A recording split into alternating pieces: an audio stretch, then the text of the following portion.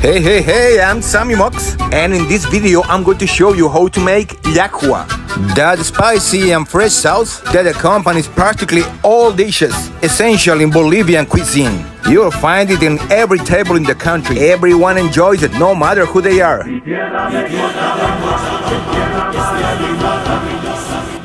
Today we are making 3 classic hot sauces, some of the most popular around. We'll start with llajua. The most traditional one is just llajua. The delicious and just as popular peanut llajua. And the last, the spicy ahogado picante. Literally, it will be salty hot sauce, a favorite of the Bolivian altiplano. And just so you know, what's called ají in South America is the same as chile in Mexico and Central America. In Spain, it's called guindilla, and in the US, we call it chili pepper.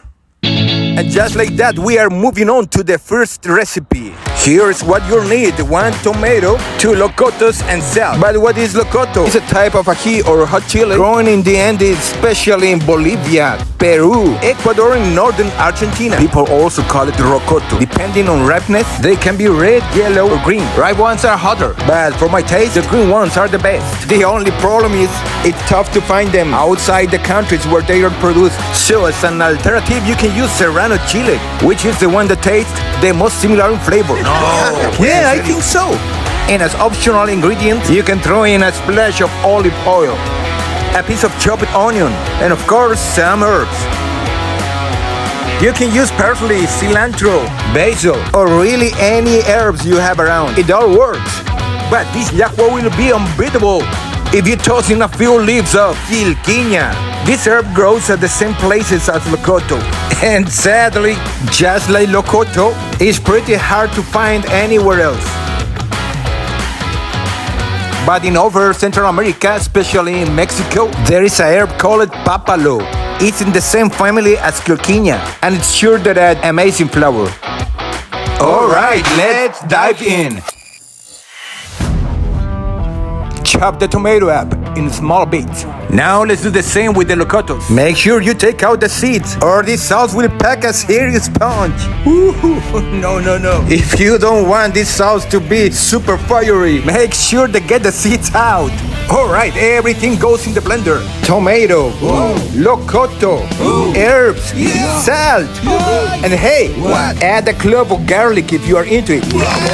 Blend it up, max power, until all the bits disappear. And we're done. For real, super easy, right? If you want, just add a bit of chopped onion and a drizzle of olive oil. Done, time to enjoy. Before we jump into the next recipe, I want to show you something that some of you might not have seen before. I'm sure everyone's got something like this in their country. Check out this ancient old school food processor. This is called El Batán. Here it stands, hidden among the forgotten and the dry fallen leaves, a stone left behind by time. Once the heart of kitchens, long ago.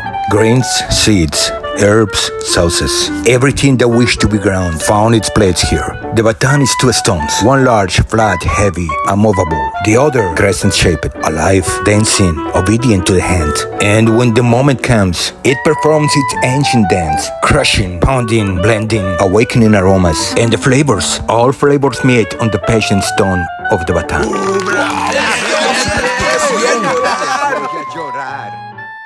Since we have a batán at hand, we're making llajua the old school way. Every house used to have a batán tucked away in a corner. It was essential and part of daily life. This particular one sits in my parents' house in Bolivia, and it hasn't been used for the past 20 years. A lot of people have replaced it with blenders and food processors. But luckily, and thanks God, batanes are still around. Some people still use them, mostly because the food tastes so much better when you make it in the old school way, keeping a bit of the tradition alive. So here we go. Oh wow, this is going to be quite a challenge for me. I've ever only used a batán when I was a kid, and even then just playing around. Alright, let's focus. The procedure is the same. We're gonna remove the seeds from the locoto, cut it into small pieces. Do the same with the tomato. The tomato can go with the seeds. Okay. Add some salt A few quinoa leaves. And now we are ready for action. No se me escape, no se me escape. Tan fácil se ve. Eso es. Hay que echarlo de a poco. Vamos de a poco. Otro poquito. Vamos. No se resbale. Déjese moler. Ya nos falta poco.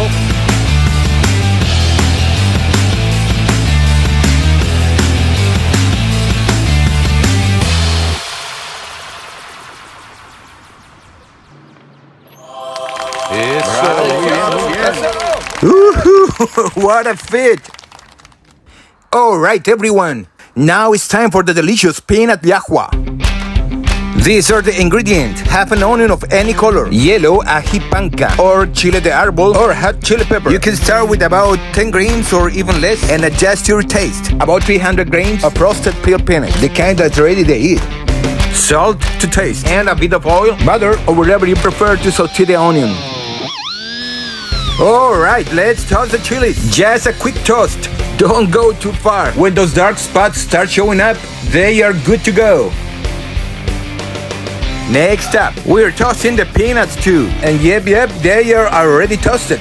But we'll give them a little extra toast. And when you start seeing those dark spots, they are good to go. Then we put it all in a blender with around half a liter of water. Give it a few good whirls and set it aside.